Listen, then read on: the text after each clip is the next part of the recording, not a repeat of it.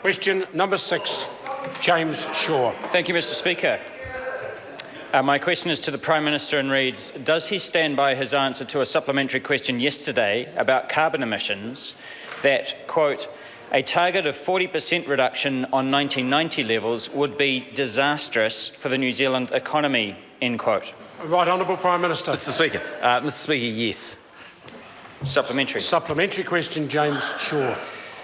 So does he agree with the Infometrics modelling commissioned by his government that shows that the impact of a 40% reduction in emissions by 2030 would be just 0.1% of GDP growth compared to no reduction in emissions?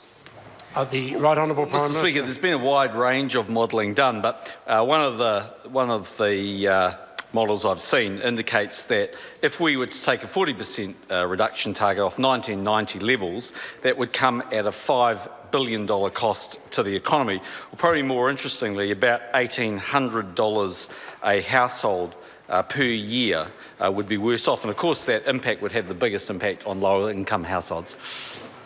Speaker? A point of order, James Shaw. I just asked that the Prime Minister table that document. Well, only if the Prime Minister was quoting from an official document. It wasn't an official document. Supplementary question, James Shaw. So does he agree with the Infometrics modelling commissioned by his government that shows that whether New Zealand has an emissions reduction target of 5%, 20% or 40% by 2030, our GDP will still grow at 2.1% on average throughout the 2020s? The Right Honourable Prime Minister. Mr Speaker, our GDP will continue to grow. And what is true is that if you have a 5% reduction, it comes at about a $3.5 billion cost. So the biggest cost actually comes in doing something off a 1990 base. But there's no question that a bigger target has a greater impact on the economy. And Mr Speaker, I think it's worth actually, for a moment, actually just to look at some comparisons, because for the same level of cost as the EU's minus 40% target, New Zealand should be setting a target of 10 to 20% increase. The facts of life are is that New Zealand's had large population increase since 1990. Half of all its emissions come from agriculture and has a very high level of renewable energy. And in fact, setting targets at the sort of level that the Greens are advocating is very expensive for households and New Zealand businesses. Supplementary. Supplementary question, James Shaw. So does he agree with the Infometrics modelling, would he agree, that the Infometrics modelling overstates the cost of acting to prevent climate change because it deliberately does not take account of the rapid adoption of new lower emissions technologies like electric cars or solar panels, which have tripled in the last 18 months? The Right Honourable Prime Minister. Well, Mr Speaker, there's no question actually that modern technology will help New Zealand meet its climate change targets. And that's likely to be the case, I think, not just actually in transport, but actually equally when it comes to agriculture, where half of our emissions come from. That's why New Zealand was at the forefront of establishing the Greenhouse Coalition, Greenhouse Gas Alliance, and why we think we will find scientific solutions. But for New Zealand to go to Paris on the whim of a hope that we'll find a solution without one is, I think, actually a bit irresponsible for households and the economy. Point of order, Mr Speaker. No, point of order, Mr Speaker. Point of order, James Shaw. I seek leave to table a document dated the 2nd of June 2015 showing that solar panels tripled in New Zealand in the past 18 months from the Electricity Networks Association. Leave us sought to table that particular information. Is there any objection? There is none. It can be tabled. Supplementary, Mr Speaker. Supplementary question, James Shaw.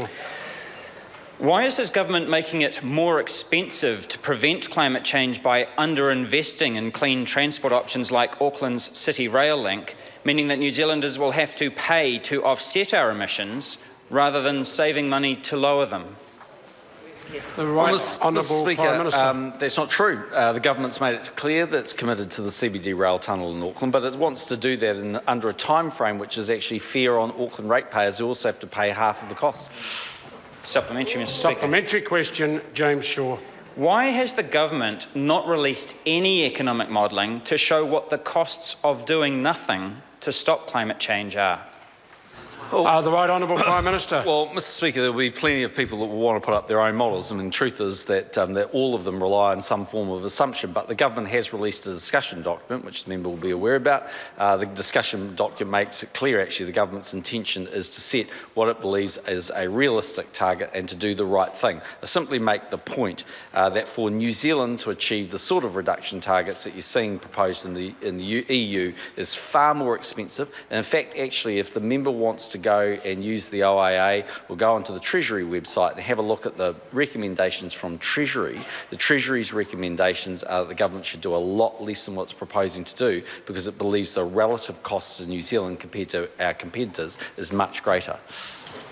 Supplementary, Mr. Supplementary question, James Shaw. So, given his reference in that last supplementary to the government's discussion document in relation to the current consultation that ends today, the modelling in that document shows that a 40% reduction in emissions would be 1/10% of GDP growth. Does he still believe that that would be disastrous? Mr. Speaker, The Right Honourable Prime Minister. as I said, the consultation document includes, or I didn't say, but the consultation document does include some modelling from Infometrics, but it's also true that if you look at other modelling, which I think is also in that document, but I have to check, it shows that the cost to the consumers in New Zealand would be about $1,800 a household. That, by the way, is assuming carbon prices of $50 a tonne.